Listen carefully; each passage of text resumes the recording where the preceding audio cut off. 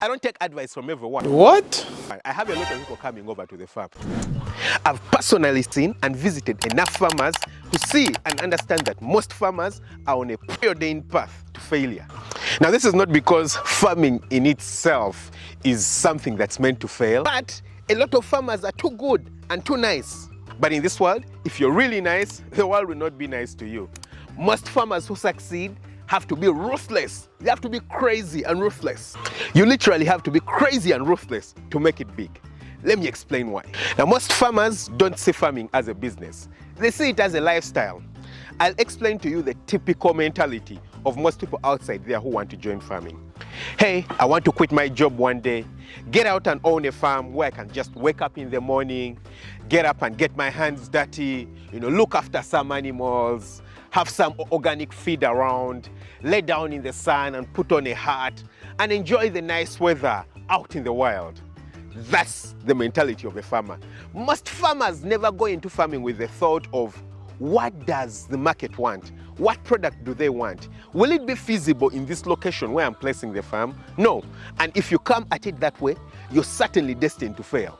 You see, in the world of business, we always say the client comes first, the customer is king. And farmers never think about it that way. For example, market only comes as an afterthought. I want to look after some animals, get my hands dirty. So they go outside there, buy maybe 3 acres of land, or 100 acres of land, get some cattle onto the farm, get some chickens onto the farm. They start growing some watermelons. And then after the things have started growing, they're like, oh, so who around can actually buy these things? Who should be able to buy these things? But remember that actually in the world, someone has to survive. You need money to feed yourself. You need money to do other things. You actually have to be successful. So it's after a few years or a few seasons of growing their watermelons and no one is buying them that they actually start to notice, oh my God, where is the market? Where is the business side of this? How come I'm not surviving? How come I'm not making any money? Sometimes some of them have to pay taxes on their land. You have to pay taxes, on your expenses.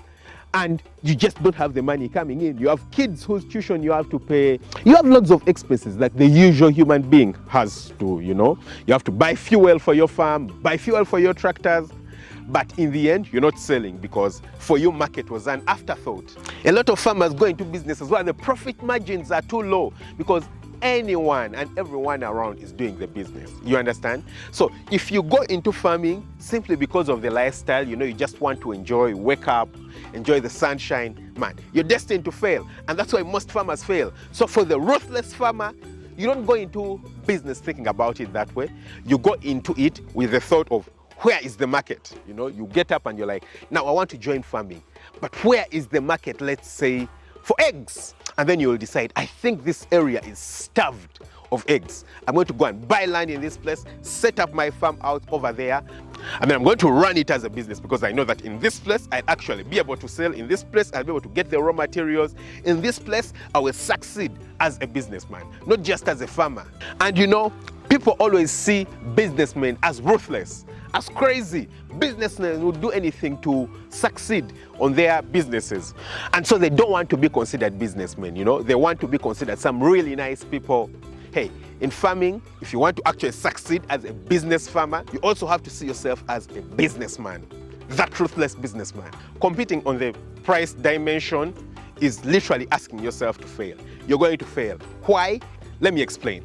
Number one, a lot of farmers deal in farming businesses where the barrier to entry is almost nothing. I'll give you guys an example. I have eggplants in my compound right here. These are eggplants. I'll pick out one right here so you can see it. These are eggplants. You can see them. They're littered around my compound. Any freaking person on earth can grow eggplants. If I decide that I want to join farming business and I compete on the eggplant level, I can never make it. Because eggplants are freaking cheap. Anyone can start growing eggplants. And if the market picks up, everyone will go and start growing eggplants. Because it's so easy to start. It's so easy to grow them. As long as someone has soil and someone has rain, they'll grow eggplants. Now you'll tell me anyone can raise chickens. It's true. Anyone can raise chickens, but not anyone can maintain chickens. You see, raising chickens is actually a difficult business. I'll explain to you why. Number one, you need to have quantities for it to actually make sense. anyone else who starts with small numbers can't keep up with the business. Why? Recently, in the past few years, a lot of people have been kicked out of the egg business. Even here in my country, in Uganda, where you could say that the barrier to entry is very, very low. Because, number one, the feed prices were crazy high. And number two, the prices of eggs dropped a bit.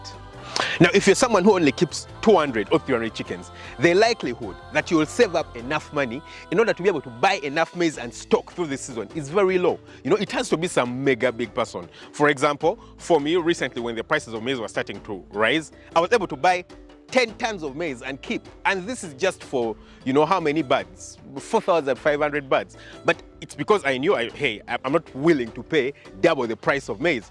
And right now that the price is starting to drop, then I can go back to buying as and when I please. But as soon as I sense that the prices are starting to go up, I'm going to put in a lot of money, buy a lot of maize and store it. Now someone who is actually buying as the money comes in, because they don't have money, at some point are going to pay twice as much for maize. And that person is not going to compete with me in the market. When we reach the market and, you know, we are selling our eggs, as soon as the price of eggs drops, that person is out of business because they're not making any profit. They're not able to sustain that business.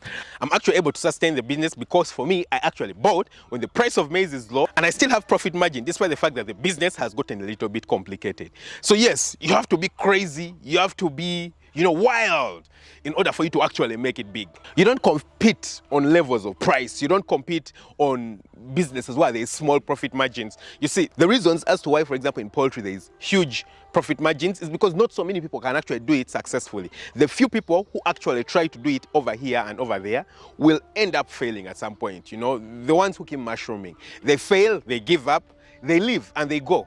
And it's only the people who have the courage, the crazy one, who take huge decisions, the ones who can manage to save up a lot of money, the people who can manage to handle things like biosecurity, the people who can handle risk, because poultry business is very risky. It's easy to lose all your birds. You can lose 5,000, 10,000 birds all in one go. It's the people who can handle such risk who can actually make it big. Number three, most farmers have poor or non-existent accounting. And trust me, if you're doing a business with no accounting, no record keeping, trust me, you're destined to fail. You're 100% destined to fail. Businesses run on numbers. They run on information. If you don't have information, you don't have the basis for you to make financial decisions. A lot of farmers, what they do is they'll wake up, go to the market, buy some seeds, go to the market, buy feeds for the chickens, go to the market, buy, you know, disinfectant, pesticides, come and use on the farm. And then at the end of the month, they will hope that, hey, they have some money left in their account. That's crazy. Think about it. Which other business would you actually do that and actually think that you will succeed? You know, which other business? Tell me. I don't think there's another business where that can actually work.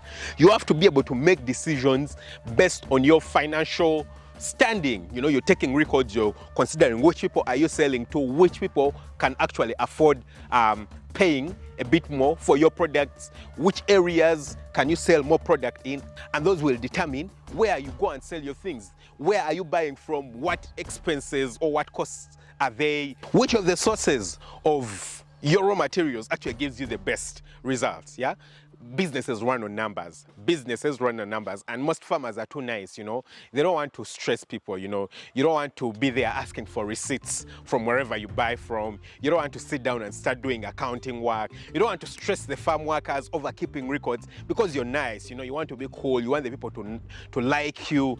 You just want to be a free farmer. Well, a free farmer, a free, nice farmer is a farmer who is destined to fail. Also, you know what nice farmers do? They want to do everything. They're not focused. They just want to do everything. You see, ruthless businessmen, what they do is that they are focused on one thing. They are focused on something and they will give their everything to make that thing, you know, happen. They will take planes to go for a meeting to discuss their business. But if you're so focused on so many things, you're focused at nothing, really. You're doing this, you're doing that, you're doing this.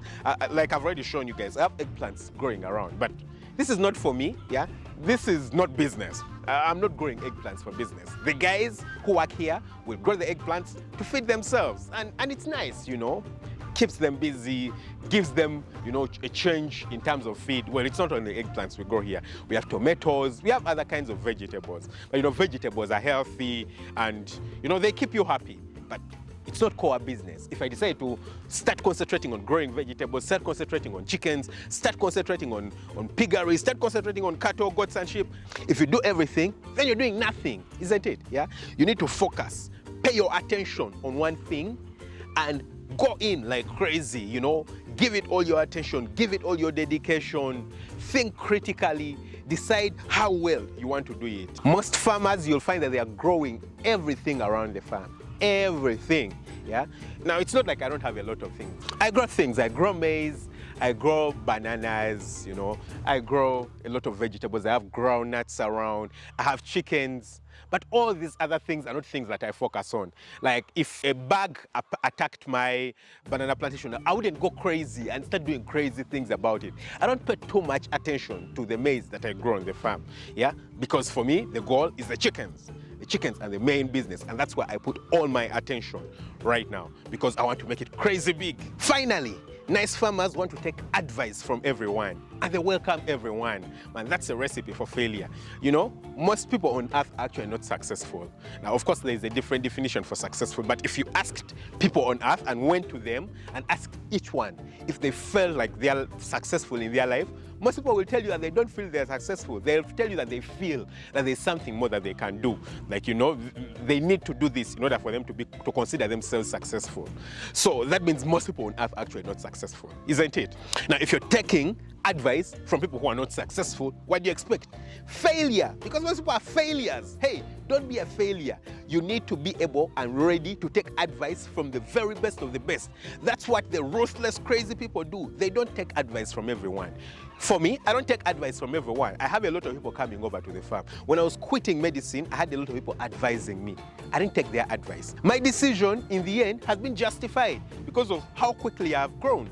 You know, when I make a lot of the decisions that I make, a lot of people come to me and, you know, they'll whisper to me, tell me, I think you should do this, I think you should do this. If it doesn't make sense, and if it's not a statement that comes from someone who is very experienced and they have been successful in their experience, or someone who is very knowledgeable and they have been successful in their knowledge, come on, I won't take it. I certainly will not take it. I want to take only the best decisions from the best guys, the best advice from the best guys, because those guys know how to make crazy things happen. Those guys know how to make it to the very top. I'm not here to be liked, yeah? I don't do business to be liked. If you don't like me, that's your problem. That's your problem. I'm here to satisfy my clients. I'm here to satisfy my customers. I'm here to make sure that the people who are working for me are actually happy and performing their tasks up to, you know, the best standard that they can. And I'm sure to do the very best for my chickens to make sure that they are giving me the best eggs that I need. Anything else, I don't care. I totally don't care. So it's only nice farmers, good farmers, who want to please people, who take advice from everyone. The crazy ones, they don't, and those ones make it big. Don't forget to hit the subscribe button, smash the notification bell, that way you never miss out on an upload. And if you've liked this video, I think you'll actually like this video over here, where I talk about secrets on how I grew to over 800 goats at a very low cost. Check it out. Catch you very soon. Bye-bye.